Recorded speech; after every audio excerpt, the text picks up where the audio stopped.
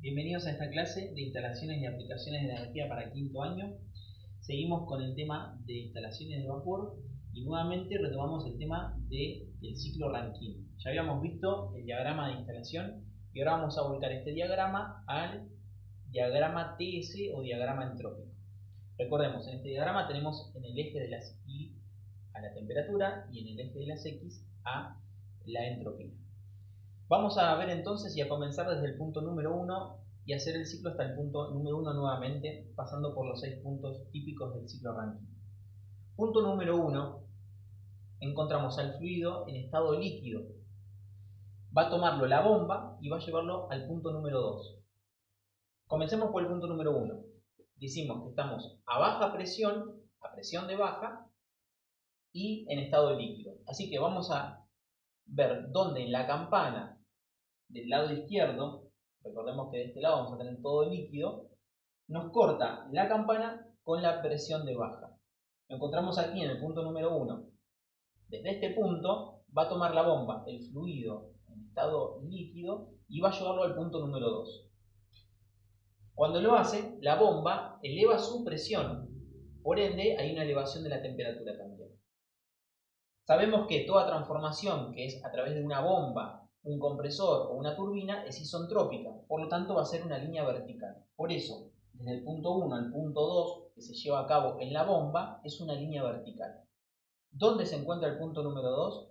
Donde choca esta línea vertical que viene desde el punto 1 con la presión de alta.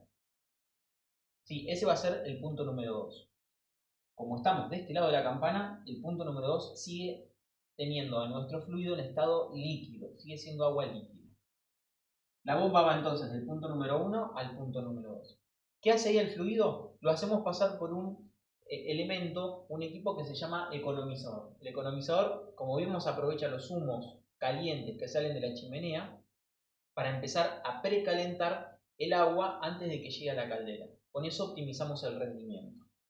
¿Cómo se hace o cómo se lleva a cabo este proceso? A presión constante. Por lo tanto, el proceso del punto 2 antes de entrar al economizador hasta el 3 después de salir del economizador se va a llevar a presión constante. Por eso, del 2 al 3 nos vamos a mover sobre la curva de presión constante. ¿Qué presión? Presión de alta. El punto número 2 y el punto número 3 se encuentran a la misma presión, presión de alta. ¿Y dónde está el punto número 3? En la línea de líquido saturado, que es la línea de la campana. Y ese va a ser el punto número 3. Ese punto nos indica que ya el fluido está ingresando a la caldera. Allí se le va a entregar calor también. Aclaramos aquí que desde el punto 2 al punto 3, que absorbió calor el fluido, fue una clase de calor sensible, porque del 2 al 3 tengo temperaturas diferentes.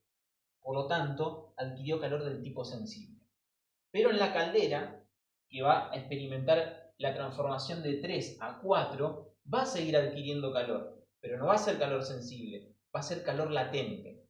¿Cómo sabemos esto? Porque no va a usar ese calor para elevar su temperatura, sino que lo va a usar para cambiar de estado, de líquido a vapor. Por eso, del punto 3 al punto 4 nos movemos a presión constante, no cambia la presión, y a temperatura constante. Por esta razón, cuando las curvas de presiones, que recuerden que eran hiperbólicas, chocan con la campana, se aplanan, se hacen horizontales. Del punto 3 al 4 que estamos en la caldera, vamos a adquirir calor de tipo latente y vamos a llegar al punto número 4 que es vapor, vapor seco. Ese vapor seco lo sacamos por la parte superior de la caldera. Lo que vamos a hacer ahora es sobrecalentarlo, es decir, darle más calor todavía para elevar su temperatura. Justamente va a ser un proceso que nuevamente sigue siendo a presión constante, no cambia su presión. Por lo tanto, del punto 4 al 5, que es el siguiente, va a seguir siendo sobre la línea o curva de presión constante, presión de alta. ¿Dónde se encuentra el punto número 5? Con un dato que tenemos siempre, que es la temperatura de sobrecalentamiento. Es decir, hasta qué temperatura llega el líquido, el vapor, en un estado de sobrecalentamiento.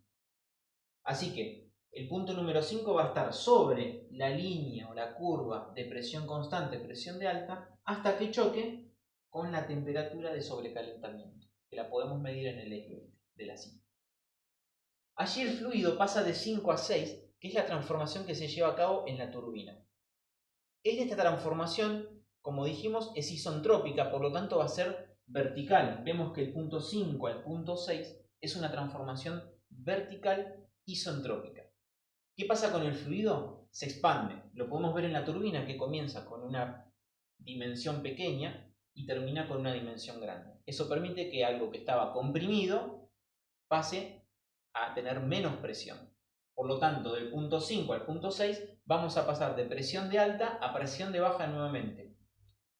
Ese cambio, ese salto de presiones me permite hacer que la turbina me gire, por, como vamos a ver en otro video, por las características que tiene la construcción de esta máquina. Así que el punto número 5 al punto número 6 va a ir hasta la línea o la curva de presión constante, presión de baja. En este caso pusimos que el punto número 6 justo coincidiera con la curva de vapor saturado, que es la parte derecha de la campana. No siempre ocurre esto. Si ocurriera un poquito más acá, va a chocar contra esta parte, siempre sobre la presión de baja. Punto número 6 a punto número 1, que es la última parte de la transformación, se va a llevar a cabo en el condensador. ¿Cuál es la función de esto? Es volver este fluido que está en estado de vapor a estado líquido. Notemos que se hace a presión constante y se hace a una baja temperatura. Recuerden que a medida que aumentamos la presión, también aumenta la temperatura de ebullición, pasa lo contrario. Disminuimos la presión, disminuye la temperatura de ebullición. Por eso podemos llegar a condensar a unos 45 grados centígrados. Volvemos al punto número 1 y el ciclo comienza nuevamente. Cuanto más grande es el área de esta curva que nos queda encerrada, del 1, 2, 3, 4, 5, 6, mayor es el rendimiento y la potencia que entrega la turbina. Cuanto mayor salto es este, de 5 a 6, mayor es la potencia que entrega la turbina. Así que vamos a tratar siempre de tener un gran diagrama, lo más grande posible, para tener mejor rendimiento y mejor potencia. Esto lo podemos ver reflejado en la fórmula, que el rendimiento resulta ser 1 menos la diferencia, la relación entre la temperatura de la fuente fría y la temperatura de la fuente caliente. Es decir, la temperatura de acá, de la fuente fría, y la temperatura de la fuente caliente.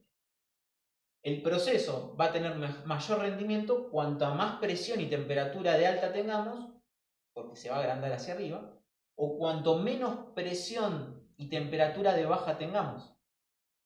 Por la parte superior vamos a tener un límite, que es la de los materiales. Hasta unos 350 grados centígrados vamos a tener el límite de utilización de los materiales, así que no vamos a poder sobrepasar esa temperatura si no dañamos los materiales. Y por debajo tenemos la temperatura con la cual nosotros realizamos la condensación. Utilizamos siempre agua de un medio frío, por eso siempre las centrales térmicas, nucleares, geonucleares se encuentran a la vera de un río. ¿Por qué? Para aprovechar esa agua del río fresca para realizar este proceso de condensación. Así que por abajo tenemos el límite del agua o del fluido que vamos a usar en la condensación. En otro video vamos a explicar los diferentes equipos que forman este ciclo Rankine.